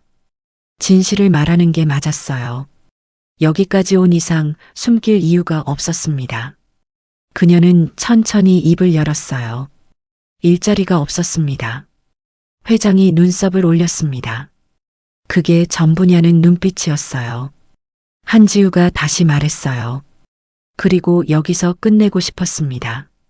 회장이 잠시 그 말을 씹는 것 같았습니다.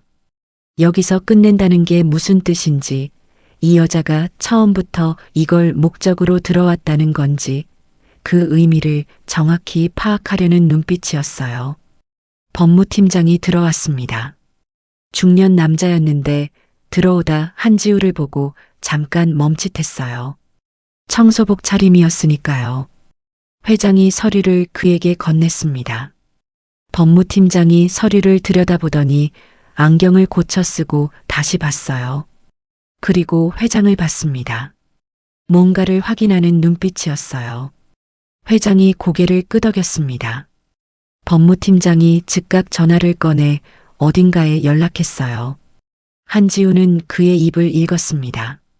외부감사 요청, 자료 보전 조치, 그리고 특정 계좌에 대한 거래 정지 요청, 법이 개입하기 시작하는 순간이었어요. 이 봉투가 회장실을 벗어나 법의 영역으로 넘어가는 순간이었습니다. 한지우는 그 장면을 지켜봤어요. 숨을 천천히 내쉬었습니다. 그 사이 복도에서 소리 없는 소동이 벌어지고 있었어요. 유리 너머로 보였습니다. 비서실 직원 둘이 서도연의 자리를 정리하고 있었는데 서도연 본인은 거기 없었습니다. 자리를 비운 게 아니었어요. 건물을 나간 거였습니다. 나중에 알려진 바로는 회장이 첫 번째 전화를 끊은 직후 보안팀에 서도연의 출입 카드를 정지시키라는 지시가 내려갔다는 거였어요. 서도연이 엘리베이터를 타려다 카드가 먹히지 않자 계단으로 내려갔고 빌딩 밖으로 나간 뒤 연락이 끊겼다는 얘기였습니다. 20년 동안 이 건물의 실세였던 남자가 10분 만에 출입 카드 하나로 잘려나간 거였어요. 한지우는 그 빈자리를 유리 너머로 봤습니다. 아무것도 느껴지지 않았어요. 분하지도 통쾌하지도 않았습니다. 그냥 끝났다는 것만 있었어요. 회장이 다시 한지우를 불렀습니다. 법무팀장이 옆에 있는데도 불구하고 회장은 직접 물었어요.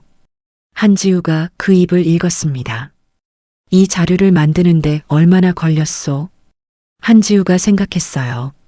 처음 서도연의 전화 내용을 읽기 시작한 날부터 어젯밤 봉투를 완성하기까지 열흘입니다. 회장이 잠시 말이 없었어요. 법무팀장이 뭔가를 메모했습니다. 회장이 다시 물었어요. 혼자 했소? 한지우는 고개를 끄덕였습니다. 윤채린을 흘겨봤어요. 윤채린이 고개를 저었습니다. 이분 도움 없이는 내부 자료를 확보하지 못했을 거라는 뜻이었어요. 회장이 그 둘을 번갈아 봤습니다. 한참 후에 입을 열었어요. 한지우는 읽었습니다. 고맙소. 딱 2글자였습니다. 아까 미안하다는 2글자와 똑같이 짧았어요. 그러나 무게가 달랐습니다. 그 시각 28층 복도 반대편에서는 오 반장이 카트를 끌고 서 있었습니다. 한지우가 회장실 안에 있다는 걸 누군가에게 전해 들은 모양이었어요. 경호 직원이 맡고 있었는데 오 반장은 그 자리에서 버티며 움직이지 않았습니다. 청소복 차림으로 아무 말 없이 그냥 서 있었어요. 그 모습을 회장실 유리 너머로 발견한 건 한지우였습니다. 그녀가 그걸 보는 순간 이상하게 눈이 뜨거워졌어요. 이 건물에서 그녀의 편이 된 사람이 둘 있었는데 한 명은 된장찌개 메모를 건넸던 윤채린이고 한 명은 지금 저 복도 끝에서 청소복 차림으로 버티고 있는 오 반장이었습니다. 강한 사람도 아니었고 권력이 있는 사람도 아니었어요. 그냥 그 자리에 있어준 사람들이었습니다. 한지우가 회장실을 나온 건 오후 2시가 다 됐을 때였습니다. 복도로 나오자 오 반장이 달려왔어요. 메모지를 꺼내 뭔가를 빠르게 썼습니다. 괜찮아? 무슨 일이야? 한지우는 그 메모를 읽고 잠깐 생각했어요. 어디서부터 설명해야 할지 알 수 없었습니다. 그냥 고개를 끄덕였어요. 괜찮다는 뜻이었습니다. 오 반장이 그녀의 얼굴을 한번 보더니 더 묻지 않았어요. 그냥 고개를 끄덕이고 카트 쪽으로 돌아갔습니다. 말이 없어도 이미 알고 있는 사람처럼요. 한지우는 그 뒷모습을 잠깐 봤습니다. 그날 오후 늦게 외부 회계법인 직원들이 빌딩에 들어왔습니다. 정장 차림에 서류 가방을 든 사람들이 28층으로 올라가는 걸 한지우는 로비에서 봤어요. 재무팀 쪽에서는 컴퓨터 접근이 제한됐고 특정 계정의 로그인이 차단됐다는 소문이 직원들 사이에서 퍼지기 시작했습니다. 회사 안이 술렁거렸어요. 누군가 큰일이 났다는 걸 다들 감지하고 있었지만 정확히 무슨 일인지는 아는 사람이 없었습니다. 아는 사람은 지금 로비 구석에서 카트를 정리하고 있는 청소부였는데 그 사실을 아는 사람은 없었어요. 퇴근 시간이 됐습니다. 한지우는 카트를 창고에 넣고 청소복을 접었어요. 지하 창고 형광등이 오늘도 찌릿거렸습니다. 그 빛 아래서 그녀는 잠깐 멈췄어요. 어제까지는 이 창고에서 나갈 때 내일도 새벽 6시에 오겠다는 생각을 하며 나갔는데 오늘은 그 생각이 들지 않았습니다. 내일 이 건물에 다시 와야 하는지, 와도 되는지, 와서 무엇을 해야 하는지가 정해진 게 없었어요. 그녀는 창고 문을 열고 나왔습니다. 빌딩 밖으로 나오자 찬바람이 불었어요. 여의도 한복판, 퇴근하는 직장인들이 인도를 채우고 있었습니다. 명품 코트에 가죽 서류 가방, 스마트폰을 들여다보며 걷는 사람들. 그 사이를 한지우는 걸었어요. 청소복 가방을 어깨에 걸고 보청기를 끼고 고개를 약간 든 채로 오늘 이전과 다른 게 있다면 그 고개였어요. 약간 더 들려 있었습니다. 의식적으로 든 건 아니었어요. 그냥 그렇게 됐습니다. 버스를 타고 창가에 앉았어요. 창밖으로 여의도 빌딩들이 불을 켜기 시작하고 있었습니다. 저 빌딩들 중 하나에서 오늘 무슨 일이 있었는지를 아는 사람은 거의 없었어요. 그리고 그 일을 시작한 게 누군지를 아는 사람은 더 없었습니다. 한지우는 그게 괜찮았어요. 처음부터 알려지고 싶어서 한 일이 아니었으니까요. 버스가 달렸습니다. 창밖 풍경이 빠르게 지나갔어요. 집에 돌아와 책상 앞에 앉았습니다. 노트를 폈어요. 열흘 동안 빼곡하게 채워진 페이지들이었습니다. 첫 페이지를 다시 펼쳤어요.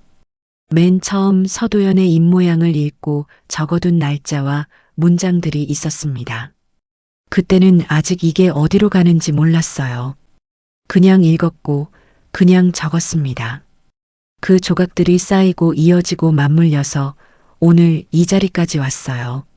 한지우는 페이지를 천천히 넘겼습니다. 매일 밤 볼펜으로 채워나간 글씨들이 지나갔어요. 찬밥을 먹으며 쓴 밤들, 자정이 넘도록 조각을 맞추던 밤들, 윤채린에게 건넬 메모 한 줄을 고르던 밤들. 마지막 페이지 아래쪽이 비어 있었습니다. 한지우는 볼펜을 들었어요. 그리고 그 빈자리에 오늘 날짜를 적었습니다. 그것만 적었어요. 볼펜을 내려놓고 노트를 덮었습니다. 끝이었어요. 그러나 이상하게 아무것도 해결된 느낌이 들지 않았습니다. 서도연의 횡령이 드러났고 윤채린이 풀려났고 회장이 사과를 했어요. 그 모든 것이 오늘 하루 안에 일어났습니다. 그런데 뭔가가 빠져 있었어요. 아직 꺼내지 못한 것, 아직 말하지 못한 것. 그게 무엇인지는 그녀 자신이 가장 잘 알고 있었습니다. 2년 전 면접장에서 보청기를 보고 굳어버린 면접관들의 얼굴, 10번 넘게 받은 불합격 문자의 그 문장 부모님께 청소부라고 말하지 못해서 작은 사무직이라고 거짓말했던 날들. 회장이 미안하다고 했을 때 아무 말도 하지 못한 건 그 말 하나로는 그 시간들이 정리되지 않았기 때문이었어요. 미안하다는 말이 틀린 게 아니었습니다. 그냥 너무 짧았어요. 2년이라는 시간에 비해서. 그리고 내일 회장이 다시 부를 것 같다는 예감이 있었습니다. 오늘 회장실을 나오면서 회장이 마지막으로 한 말 한지우가 읽었던 그 입 모양이 떠올랐어요. 내일 다시 오겠느냐는 말이었습니다. 오라는 게 아니라 물어본 거였어요. 한지우는 그 자리에서 고개를 끄덕였습니다. 그런데 지금 생각해보면 그 고개 끄덕임이 정말 오겠다는 뜻이었는지 그냥 반사적으로 한 동작이었는지 스스로도 알 수 없었어요. 그 자리에서 무슨 말을 해야 할까 아직 정해지지 않았습니다. 그리고 그것보다 먼저 내일도 새벽 6시에 일어나야 하느냐 하지 않아도 되느냐조차 지금 이 순간 그녀는 알지 못했어요. 창밖 가로등 불빛이 반지하 창문으로 흘러들었습니다. 오늘 밤도 그 빛은 달라진 게 없었습니다. 마이너스 보강 마이너스. 법무팀장이 외부 감사 일정을 조율하는 동안 비서실 직원들이 서도연의 자리를 정리하고 있었습니다. 서도연 본인은 없었어요. 회장이 첫 번째 전화를 끄는 직후 보안팀의 출입 카드 정지 지시가 내려갔고 서도연은 카드가 먹히지 않자 계단으로 내려가 빌딩을 나갔습니다. 20년 동안 이 건물의 실세였던 남자가 10분 만에 카드 하나로 잘려나갔어요. 윤채린이 회장에게 설명했습니다. 석 달 전부터 이상한 패턴을 발견했고 혼자 자료를 뽑기 시작했으며 내부 제보 채널이 비서실 관할이라 어디에도 말할 수 없었다고. 회장이 눈을 감았어요. 내부 고발 창구를 막고 앉아있던 게 바로 비리의 주인공이었다는 구조, 그 촘촘함을 회장이 지금 처음으로 실감하고 있었습니다. 그 구조 안에서 버텨온 두 사람이 지금 이 방에 있었어요. 다음 날 아침 알람 진동이 손목을 두드렸습니다. 새벽 5시 50분이었어요. 한지우는 눈을 떴습니다. 천장을 봤어요. 어제와 같은 천장이었고 어제와 같은 가로등 빛이 창문을 통해 흘러들었습니다. 다른 게 있다면 오늘은 일어나야 하는 이유가 어제와 달라졌다는 거였어요. 어제까지는 새벽 6시에 일어나는 게 당연한 일이었는데 오늘은 그 당연함이 없었습니다. 그녀는 잠시 그대로 누워 있었어요. 천장을 보면서 오늘 어떻게 할 것인지를 생각했습니다. 그리고 이불을 걷고 일어났어요. 청소복 대신 평소에 잘 꺼내 입지 않던 단정한 옷을 꺼냈습니다. 검은 슬랙스와 흰 셔츠였어요. 오래전 면접을 보러 다니던 시절에 입던 옷이었습니다. 옷장 안에서 꺼내자 옷에서 희미하게 오래된 냄새가 났어요. 그 냄새가 이상하게 코끝에 걸렸습니다. 입었어요. 거울 앞에 서보니 낯선 사람처럼 보였어요. 보청기를 끼고 머리를 단정하게 묶었습니다. 그리고 집을 나섰어요. 빌딩에 도착했을 때는 오전 8시가 조금 넘어 있었습니다. 정문으로 들어서는데 안내 데스크 직원이 그녀를 보더니 잠깐 멈췄어요. 청소복이 아닌 차림이었으니까요. 한지우가 방문증을 받으려고 손을 내미는데 데스크 직원이 전화를 받고는 그냥 들어가라는 손짓을 했습니다. 미리 연락이 돼 있었던 거였어요. 엘리베이터를 타고 35층을 눌렀습니다. 어제까지는 28층 버튼을 눌렀는데 오늘은 35층이었어요. 같은 엘리베이터였고 같은 건물이었는데 올라가는 층이 달랐습니다. 그 차이가 작은 것 같으면서도 컸어요. 회장실 앞에서 비서가 기다리고 있었습니다. 안으로 안내해줬어요. 회장은 이미 자리에 앉아 있었습니다. 어제와 다른 게 있었어요. 어제는 서도영과 윤채린이 있었고 법무팀장이 드나들었고 분주했습니다. 오늘은 회장 혼자였어요. 책상 위에 서류가 한 묶음 놓여 있었고 그 옆에 커피 2잔이 있었습니다. 회장이 한지우를 보고 맞은편 의자를 가리켰어요. 앉으라는 뜻이었습니다. 한지우는 자리에 앉았어요. 등이 곧았습니다. 회장이 먼저 입을 열었습니다. 한지우는 그 입을 읽었어요. 어제 외부 회계법인이 들어와서 서도연 관련 계좌와 내부 장부를 검토하기 시작했다고 했습니다. 예비 검토 결과만으로도 횡령 규모가 상당하다는 게 확인됐다고 했어요. 법무팀에서 고발 절차를 진행할 예정이라고도 했습니다. 그 말들을 들으면서 한지우는 고개를 끄덕였어요. 그 말들이 중요하지 않은 건 아니었습니다. 그러나 지금 이 자리에서 그 말들보다 더 중요한 게 있었어요. 회장도 그걸 알고 있는 것 같았습니다. 업무 보고를 하듯 말하다가 잠깐 멈췄으니까요. 회장이 다시 입을 열었습니다. 이번엔 다른 말이었어요. 한지우가 읽었습니다. 2년 전 면접, 내가 직접 챙기지 못했소. 한지우는 대답하지 않았어요. 회장이 계속 말했습니다. 채용 면접 권한을 서도연한테 위임했는데 그자가 그걸 어떻게 썼는지 어제 처음 알았소. 한지우는 그 말이 끝나는 걸 보고 나서 잠깐 시선을 창밖으로 옮겼어요. 한강이 보였습니다. 어제도 봤던 그 한강이었어요. 그 강이 어제나 오늘이나 같은 속도로 흐르고 있다는 게 이상하게 마음을 내려앉혔습니다. 한지우가 입을 열었어요. 천천히 또렷하게. 알고 있었습니다. 회장이 눈을 들었어요. 한지우가 계속 말했습니다. 서도현 씨가 면접관이었다는 것 들어오기 전에 알았습니다. 회장의 표정이 굳었어요. 그게 무슨 의미인지를 천천히 소화하는 얼굴이었습니다. 한지우가 말을 이었어요. 그래서 들어왔습니다. 회장이 오래 침묵했어요. 창밖 한강 위로 구름 그림자가 지나갔습니다. 회장이 물었어요. 처음부터 이걸 목적으로 들어온 거냐고. 한지우는 잠깐 생각했습니다. 목적이라는 말이 맞는지 틀리는지 그 경계가 그녀 안에서도 명확하지 않았어요. 처음엔 그냥 이 건물에 들어가고 싶었습니다. 나를 탈락시킨 이유를 직접 보고 싶었어요. 그게 처음이었는데 들어와 보니 보였습니다. 서도연의 입이 보였고 쓰레기통 안 숫자들이 보였고 윤채린의 굳은 얼굴이 보였어요. 그래서 한 겁니다. 처음부터 이걸 계획한 게 아니라 눈에 보이는 걸 그냥 따라간 거였어요. 한지우가 말했습니다. 계획은 아니었습니다. 보여서 했습니다. 회장이 그 말을 들으며 눈을 내렸어요. 한참이 지나 고개를 들었습니다.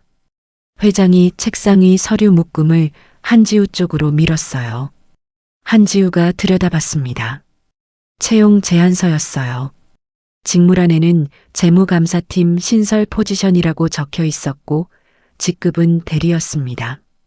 그 아래에 급여와 처우가 적혀 있었어요. 한지우는 그 서류를 한 줄씩 읽었습니다. 손이 움직이지 않았어요.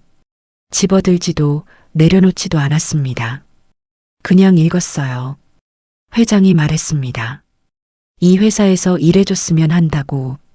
2년 전에 줬어야 할 자리라고. 한지우는 그 말을 읽고 서류를 다시 봤습니다. 그 서류 한 장이 2년 동안 받았던 불합격 문자들과 겹쳐 보였어요. 업무 특성상 원활한 의사소통이 가능한 분을 우선으로 합니다. 그 문장이 지금 이 채용 제안서 한 장으로 뒤집히고 있었습니다. 한지우가 서류를 집어들었습니다. 그리고 한 번 더 읽었어요. 천천히 처음부터 끝까지. 회장이 기다렸습니다. 급하게 재촉하지 않았어요. 한지우가 서류를 내려놓고 입을 열었습니다. 생각해 보겠습니다. 회장이 고개를 끄덕였어요. 그 대답이 싫다는 게 아니라는 걸 알고 있는 사람의 고개 끄덕임이었습니다. 한지우는 자리에서 일어났어요. 회장도 일어났습니다.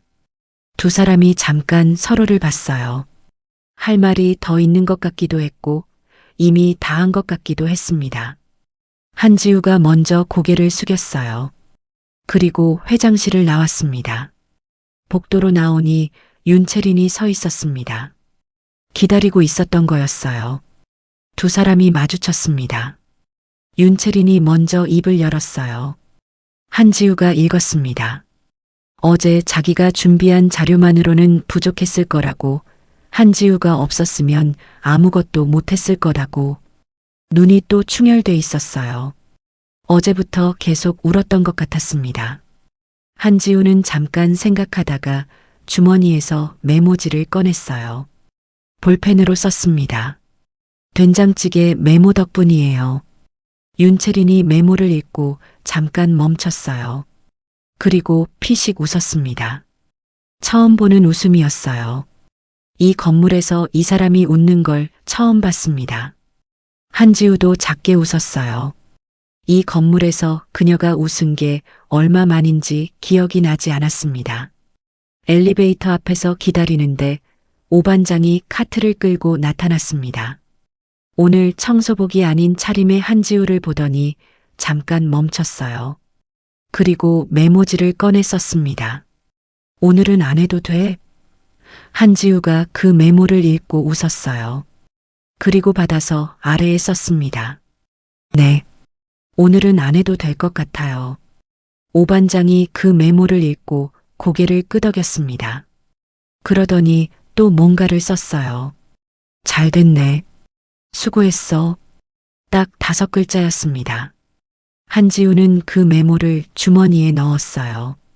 버릴 수가 없었습니다. 엘리베이터 문이 열렸어요. 한지우가 들어갔습니다. 다치기 직전 오 반장이 복도에서 손을 한번 들었어요. 한지우도 손을 들었습니다. 문이 닫혔어요. 내려가는 내내 한지우는 그 메모를 손 안에 쥐고 있었습니다. 잘 됐네. 수고했어.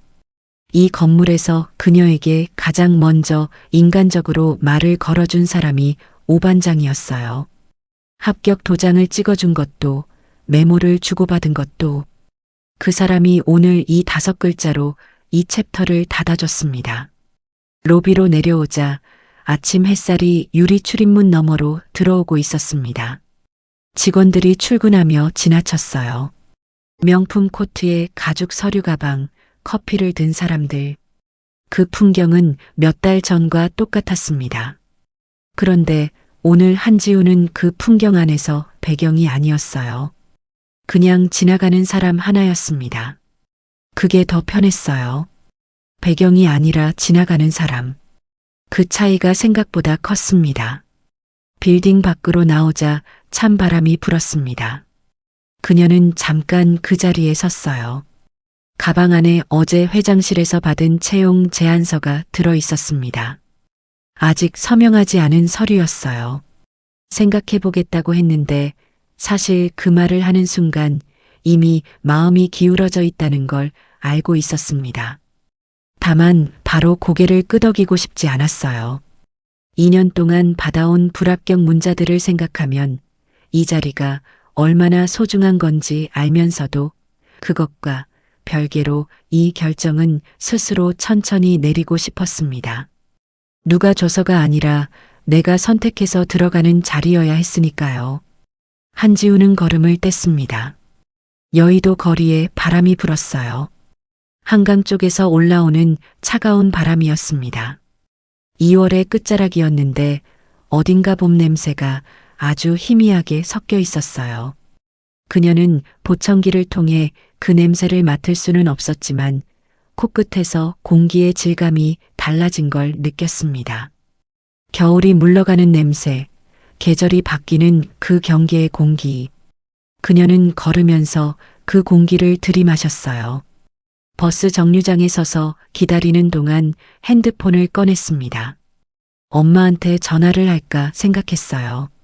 뭐라고 말해야 할지 몰라서 그냥 다시 넣었습니다. 아직 서명도 안 했고, 아직 결정도 안 됐고, 지금 당장 전화해서 뭘 말할 수 있는 게 없었어요.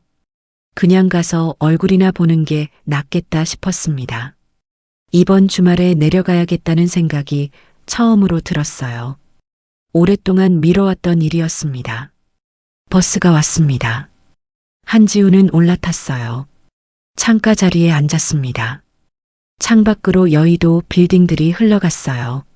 저 빌딩들 중 하나에서 오늘 아침 자신이 채용 제안서를 받았다는 것, 그 제안서가 가방 안에 들어있다는 것이 아직도 실감이 나지 않았습니다.